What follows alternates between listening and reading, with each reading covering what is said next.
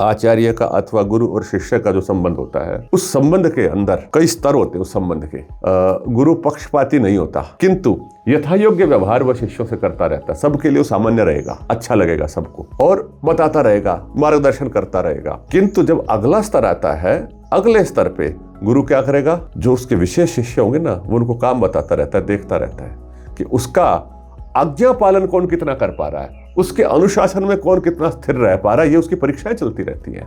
देखो, उसमें जो व्यक्ति आज्ञा को नहीं मानता, उससे भी गुरु रुष्ट नहीं होता। रुष्ट उससे होता है, उपेक्षा उसकी करता है जो विपरीत कार्य करता है। भाई, एक व्यक्ति को हमने कहा कि भाई देखो, समय पे उठ जाना, कभी सो गया, परंतु गुरु ने कहा कि भाई ये काम करो, वो उससे उल्टा करता है, विपरीत करना चाहता है अथवा अश्रद्धा ज्ञापित करता है पीछे से, तो उसको गुरु क्या करता है, उसकी उपेक्षा करनी प्रारंभ करता है।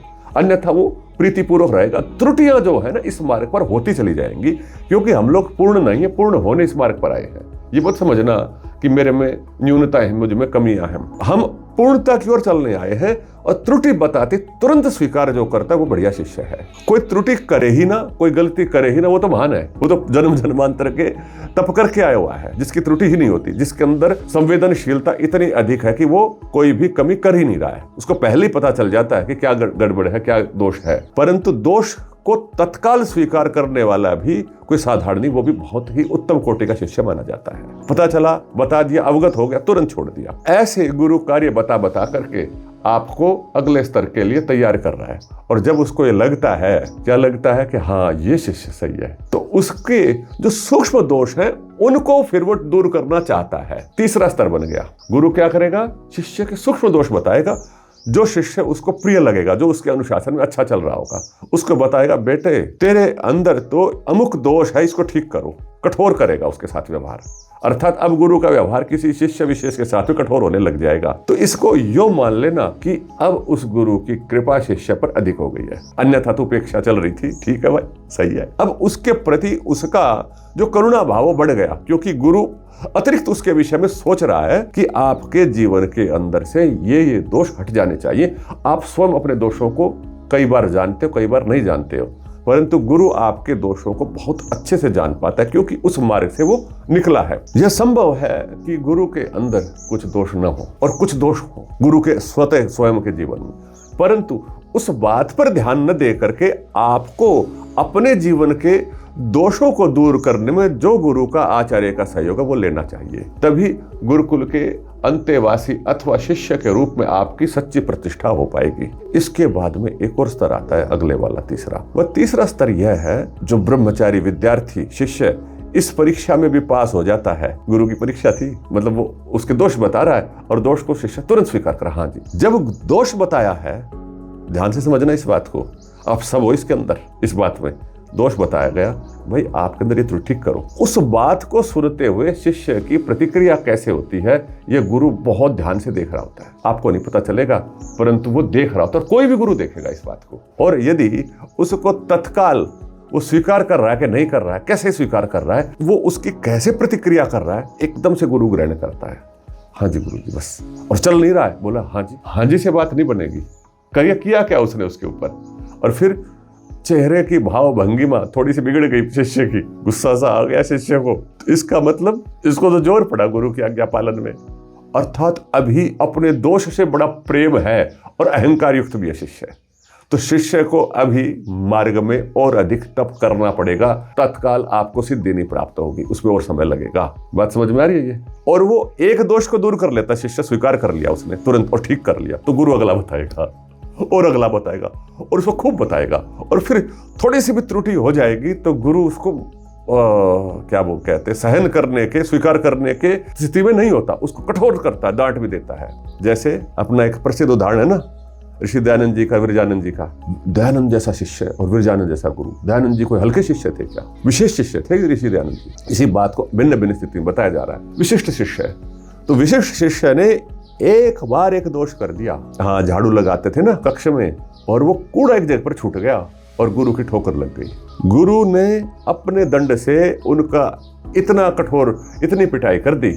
ऋषि दयानंद बताते थे उनके हाथ पर उल्टी तरफ से चोट लगी हुई थी, और बाद में बताते थे कि निशान चिन्ह था डंडे से पिटाई करने का। एक 80 साल का प्रज्ञा चक्षु अंध गुरु शिष्य को पीट रहा है, और शिष्य भी थोड़ी आयु का नहीं है, शिष्य के लगभग 40 वर्ष है, और सन्यासी शिष्य है और सन्यासी गुरु है, और उसको कितने दंड मारे होंगे। दयानंद जी उनके पैर पकड़ रहे थे और कह रहे थे, गुरु जी मेरा तो शरीर वज्र जैसा है, अर्थात कठोर है, और आप के जो हाथ हैं वो इतने कोमल हैं, मैं तो पुरुषार्थ करता हूँ आपको कहीं हाथों में कष्ट ना हो जाए।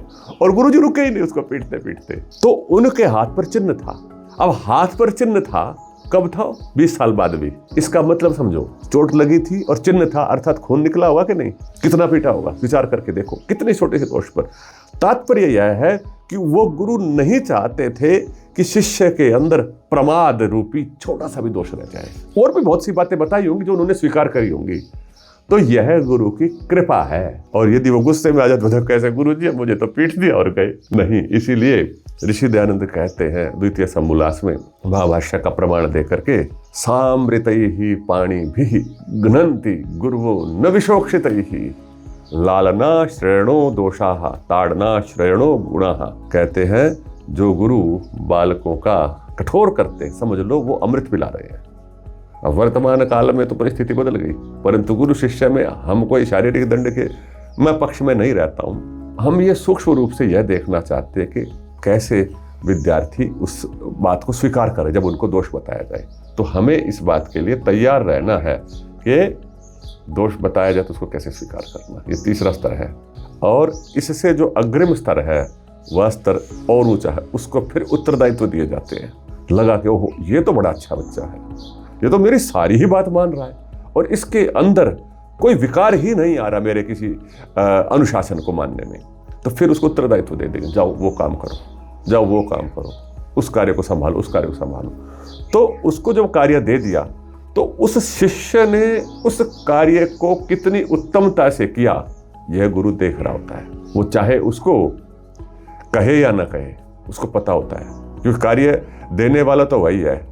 तो यदि वह कार्य आदर्श रूप में परफेक्शन के साथ शिष्य करता है तो गुरु की कृपा भाजन का और अधिक पात्र बन जाता है। वो और गुरु की कृपा उसको ऊपर प्राप्त होगी, अर्थात वह गुरु का उत्तराधिकारी बनने की प्रक्रिया में चल पड़ता है।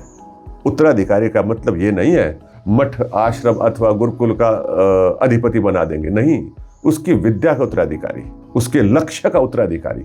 और जिस क्षण गुरु को यह लगता है कि यह बालक मेरी विद्या का उत्तराधिकारी बन गया, उस दिन उसके अंदर निश्चिंतता हो जाती है कि उसकी विद्या परंपरा आगे बढ़ गई, वह नहीं रुकी है। तो वहां तक गुरु पुरुषार्थ करता रहता है, क्योंकि विद्या वही तो उसका वास्तविक शिष्य होगा।